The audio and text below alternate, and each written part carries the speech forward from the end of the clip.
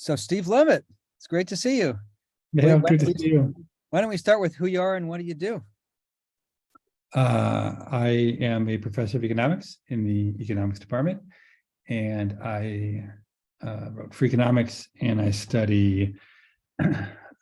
I'm more of a data scientist rather than an economist, to be honest. I'm someone who loves data, and I love the puzzles of everyday life, and I like to have fun with data and economics.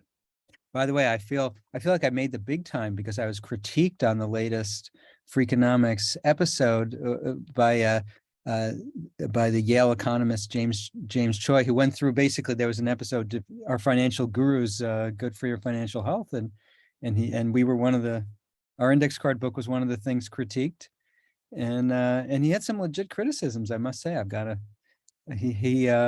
a couple of things I got to fix. Okay. I still get angry. You were on my podcast, and I still get angry emails with regularity, but from people who make a lot of money providing not very much service to their clients, being angry about the fact that you call them out on that. Yeah, that's yeah. Well, it's funny when I keynoted a financial conference, and one of the things that struck me was how many financial professionals there said that they weren't, I wouldn't say they were angry with me, but they said that there's a problem that the value that they add is so at variance with the way they actually get paid. Mm-hmm. You know, they're basically like psychologists and family counselors and giving people valuable life advice and talking people down from doing stupid stuff, but they don't get paid for that. They get paid for stuff, like we sell the Magellan family of funds or something like that, where they're overcharging people for financial products.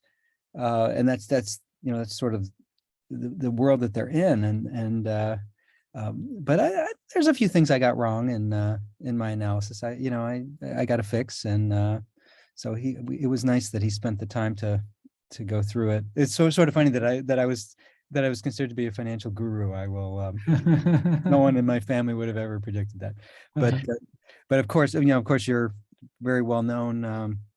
And Freakonomics had such a public impact, and now you're the people I mostly admire podcast and other things.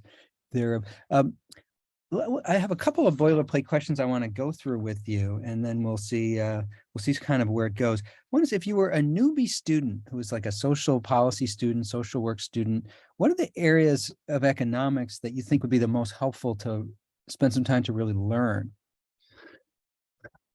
I think that basic economics, and by basic economics, I don't mean the math that goes under basic economics. I mean the 10 fundamental ideas of economics, roughly, are invaluable, and there's almost nothing else in economics that I think you need. I mean, essentially, it's the index card version of economics, I think, is what people need. I mean, let me put it this way: I have never used or needed anything more than what we would call intermediate micro in my career. As an academic economist, I didn't need any more than the intermediate micro. Actually, I didn't learn intermediate micro until I taught it. I really was living on a much more basic set of economics until I had to teach intermediate micro and realized, why things had been so confusing to me as a student, which is because I think we teach it in a very confusing way. But I think the power of economics is in the simple ideas, and they're totally obvious, but people forget them. That incentives matter, right? That when you think about anything you're going to do, you want to think about how that will affect others, and bear in mind that, especially on things that matter, people are going to spend the time and the effort and find experts who figure out ways around it that are going to respond to that. So, and it's really simple. Certainly in public policy, but even in your own life, right? That if you think about how your decisions are going to impact others and assume that they'll react in some kind of sensible way, then you can make smarter decisions. There's incredibly simple ideas like what we call comparative advantage. I was just using that tonight with my wife as we were having dinner. She needs a lot of sleep. I need less sleep. The kids don't sleep very well. They bother me during the day. So the comparative advantage is that I should be up with the kids at night, and she should do more with them in the day if we want to split the load. She's an economist, so she didn't so she didn't fight me on it. That's a really simple idea. The idea that even if she's better at everything than me, by dividing things up in a smart way and having me do the things I'm only relatively bad at, as opposed to like incredibly terribly bad at, we can have better outcomes. So it's a gains trade, really simple ideas. I put in that list of 10 your simple ideas about investing, right? Which is like, it's like that experts often have bad incentives, and that being skeptical of advice you're getting and having the confidence to be able to go out and to evaluate advice and to make your own decisions. I mean, there's like a handful of different things that, stuff related to the power of prices, right? Prices are really, really powerful, and they're a good tool. And lots of things have prices, not just financial prices. There's time costs, understanding opportunity cost is what we call it in economics. That an hour that I spend with you today is an hour that I'm not doing something else. And that and given who you are, I feel like I'm that's if I compare it to the top consulting fee that you could ever get, I feel really flattered. That's And so those are, I think, I think the more that one can embed these economic ideas, not think of economics as something to do in the classroom, but rather as a simple framework to help guide decisions in life. And maybe that's a tall ask of someone who's taking an introductory economics course, right? Because it's hard to see, perhaps to see how to bring those lessons. But I think they're lucky to have you, because I know you care deeply about that, and you're much less worried, I'm sure, about the proofs of why the free market leads to a good outcome, and using real analysis to prove the equilibrium condition of it, and more about how do you take these simple tidbits of honestly applied common sense. I mean, good economics is no more than applied common sense. And just rattling off other things, I think the other really interesting thing in economics is integrating psychology into it, and understanding that there's real power when you take psychology and economics together, when you understand that there are people make mistakes. They're random, they're like highly predictable, because everybody makes the same mistakes, and the same, the people who write down the models of hyper rational consumers and whatnot. Let me name names. Bob Lucas, the greatest macro, never met a guy more irrational than Bob Lucas in his own everyday dealings, right? In faculty meetings, he says stuff that's so absurd that you have to shake your head and say, how in the world can this guy be the father of rational macroeconomics? Because he makes no sense when he's talking about everyday issues. Well, let me ask you one question, which is in some ways a pushback question, which is, there is some value in pursuing the model. What would it look like if people were hyper rational, and what are some hypotheses that come out of that? And then we can look in the world, because there's certain things where people are, if there's something that's like psychologically not particularly freighted, that we do a lot, where we can really bring our A game, then the models work pretty well. It's like if I walk into a store and I'm trying to buy a bagel, the bagel's going to be pretty close to the competitive equilibrium price that comes out of a reasonable economic model, and there's real value in understanding how a competitive market is going to create reasonable prices for bagels. It's not going to price in the carbon pricing of producing some of the ingredients in the bagel without public policy that deals with that. That's probably not a great model for how I'm going to react to my scary, when they come in at the hospital and ask me what I should do about my scary eye surgery. Something like that. But isn't there some value in sort of pursuing the Gary Becker extreme hyper rational thing to sort of see where it goes and then figure out where you think it goes astray?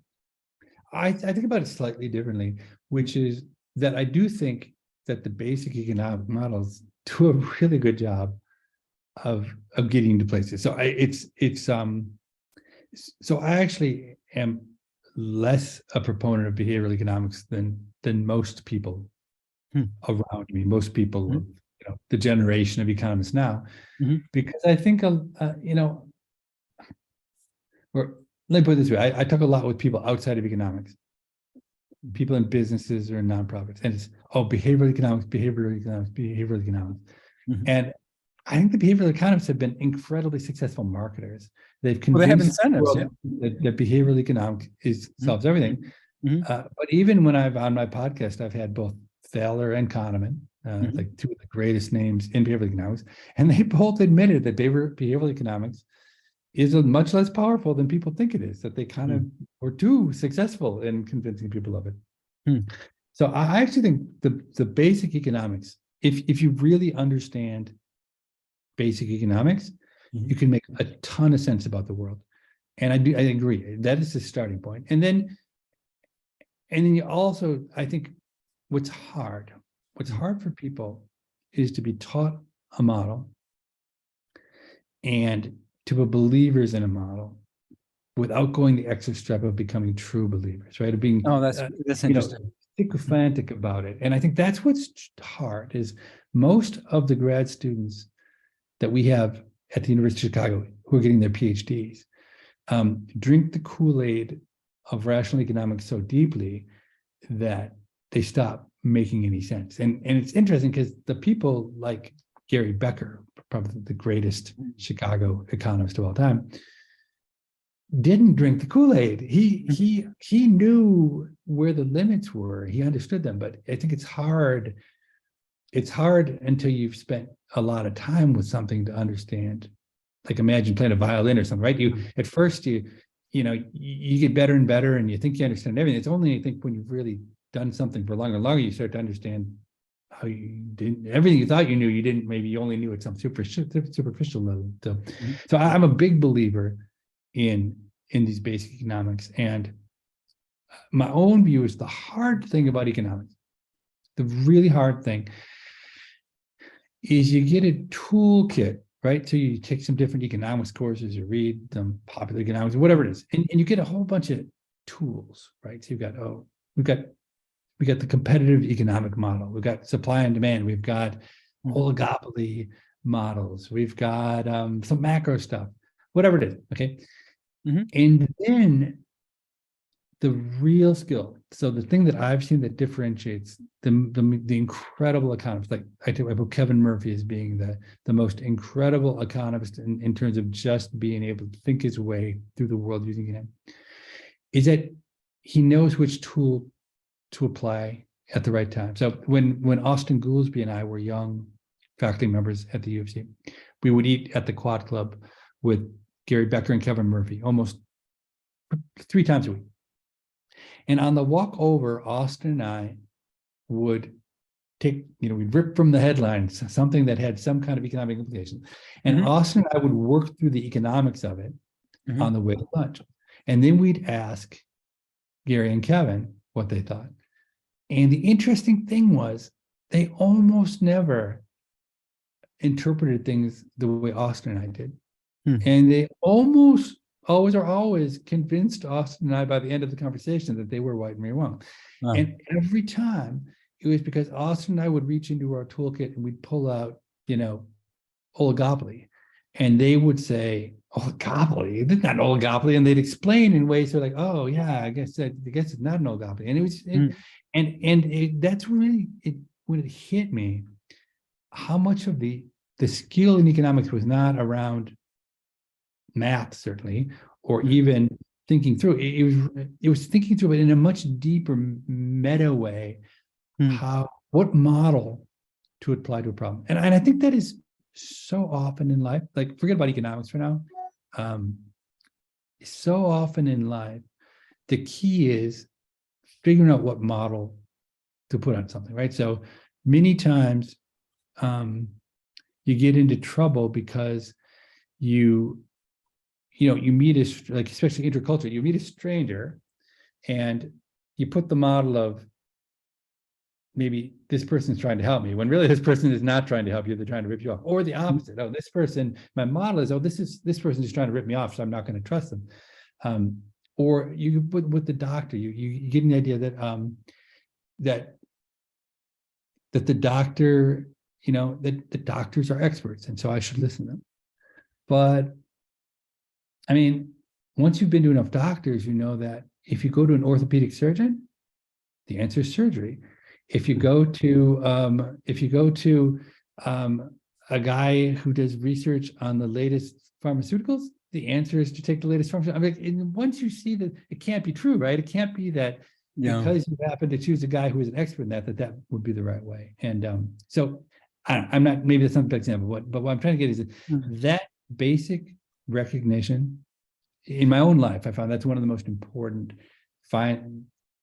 discoveries, like way too pompous of a word, but for my own life, stepping back, and when I'm in a new situation, instead of, like, I tell you what I would have done for much of my life is whatever thing that worked for me in the past, I would apply in the new situation without thinking about whether it was the same situation or not.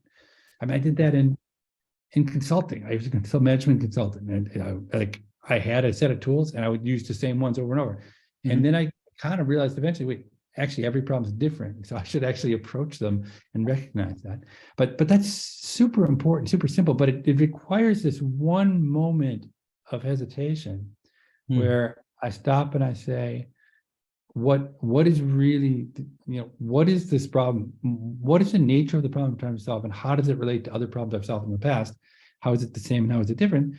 And then some thoughtfulness about what the right structure is to put around a solution to it. By the way, I think the economics profession is more interesting and reflective on some of the things that you're talking about than it was 25 years ago. And I think, for example, I mean, for the number of economists that I know who have actually been out in the field doing intervention studies, doing randomized trials, which kind of force you to confront reality in a way that the blackboard doesn't. Yeah. It's like rational addiction. If you're actually doing an intervention trial with people who live with an addiction disorder, you realize immediately, okay, the rational addiction model actually, it's not it's a useful intellectual tool to spend some time thinking about. The people leaving the Cook County Jail with an opioid use disorder, that's not the tool. That tool is not going to help me to understand what I have to do to help that person. And I do sort of think that the Esther Duflo, the people that the large group of experimental, it's not like they're perfect or they're right about everything. And there's a whole bunch of there's libraries of critiques of that approach, but Michael Kramer, whatever. But I think that they have a tactile understanding of real world problems that is useful, and also the data science stuff that you mentioned. That there's also just there's more respect for the ability to do really excellent statistical work with real world data as opposed to a sort of complex theoretical model that has all these rationality assumptions kind of really deeply embedded that may not be accurate. I mean, if for the people you're teaching, I think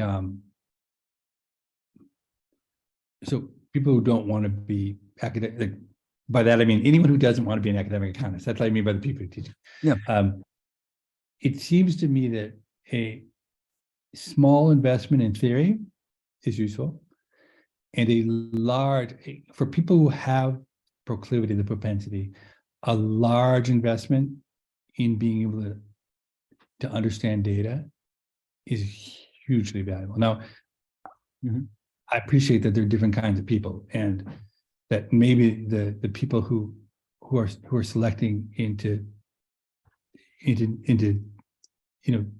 the fields that people are going into may have less interest or inclination towards data analysis. But I still believe that it's valuable to everybody, and there are different levels. I mean, so the ultimate level is, can I formulate a problem about data, go and get data, analyze, clean the data, analyze. Okay, that's a high standard. But a very low standard is, do I know enough about data so that when somebody shows me a graph, I can understand it well?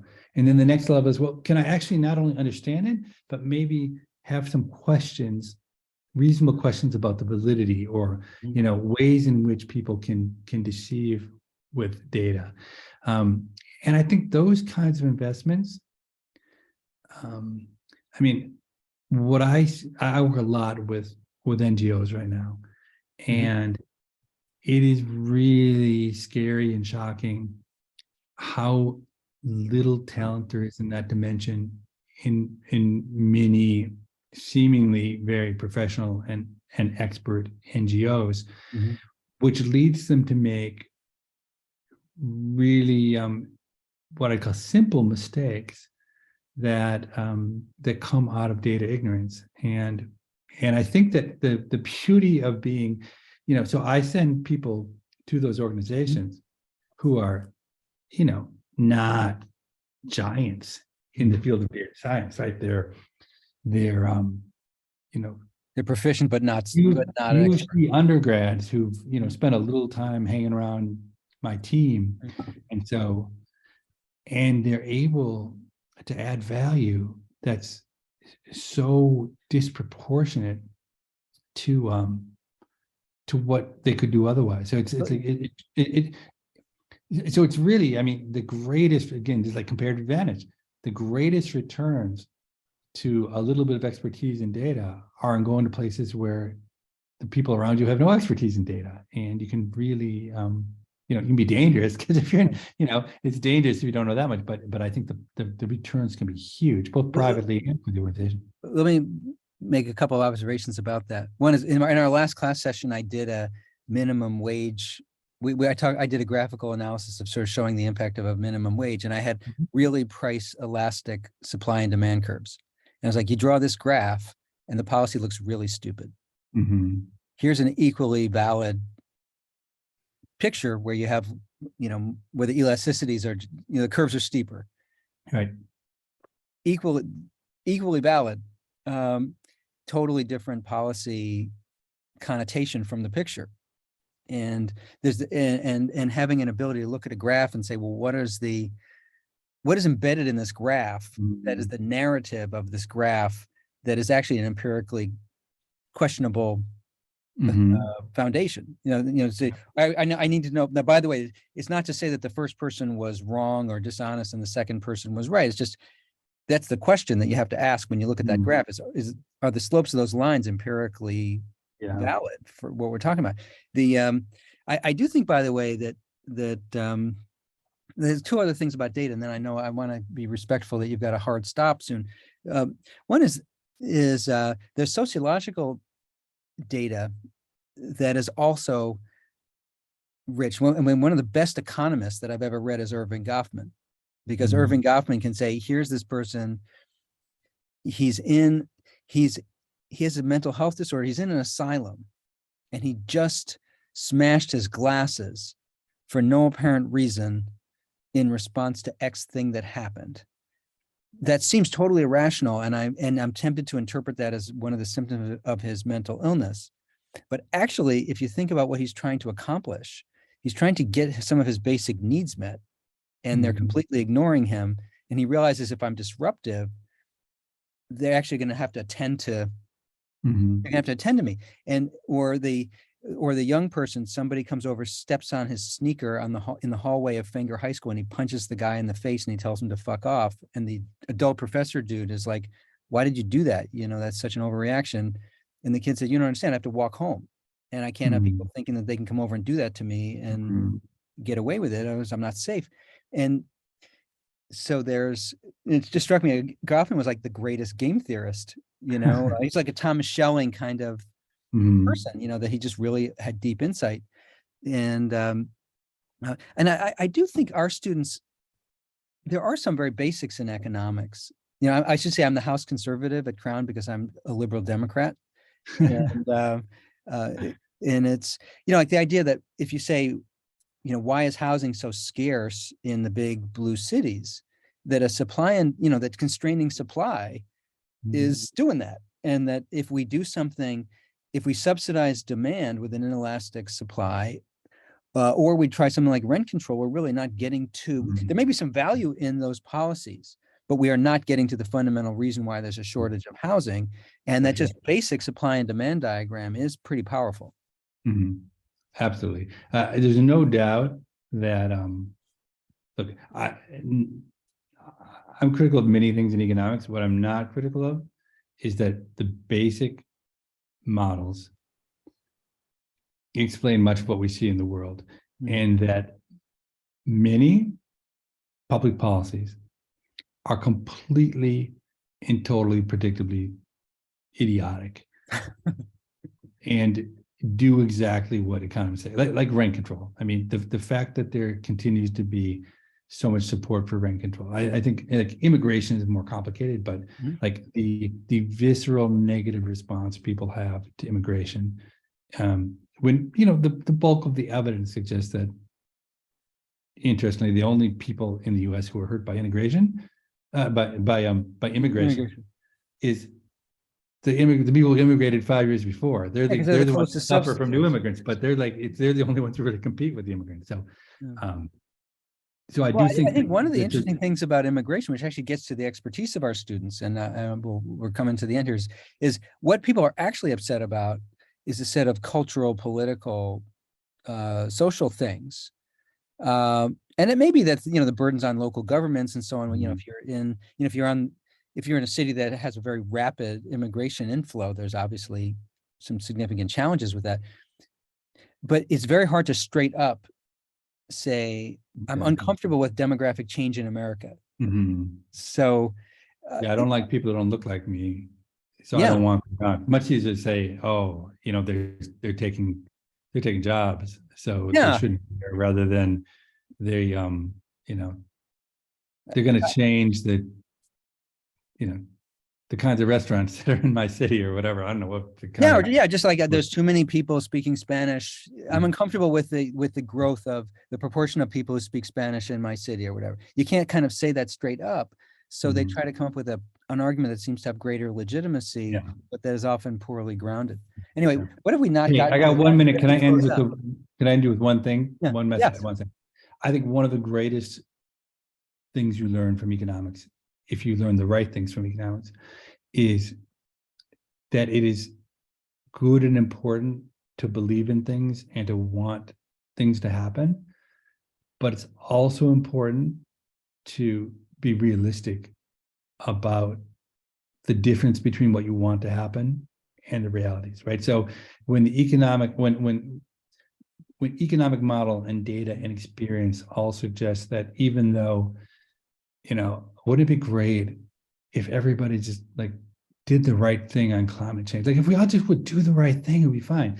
But when 20 years of data pile up and we aren't all doing the right thing, right? And you understand that in theory, it's very difficult because the benefits accrue to others and the costs are you, then it's really important to be able to recognize that and to adjust your thinking to the reality in order to accomplish exactly those goals of the things that you want, right? So I think climate change is a perfect example in that environmentalists beat down the same path for 20 years unsuccessfully. I think now there's become more of a recognition of, okay, we have to figure out, things, whatever they are, use technology to our benefit or whatever it is. But anyway, I think that's a subtle thing that economics teaches you, is there's a difference between the way the world is and the way you want the world to be, and then your challenge is how do you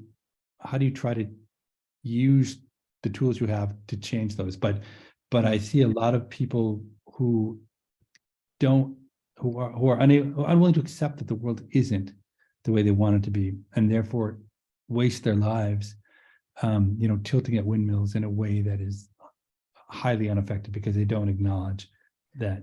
But I think there's some value in that if you do that in a self-aware way. Like if you say, I know that what I'm doing is not designed to move policy right now. What I'm trying to do is communicate to the wider world. I'm advocating so that the world can adopt a set of values and use my example, whatever.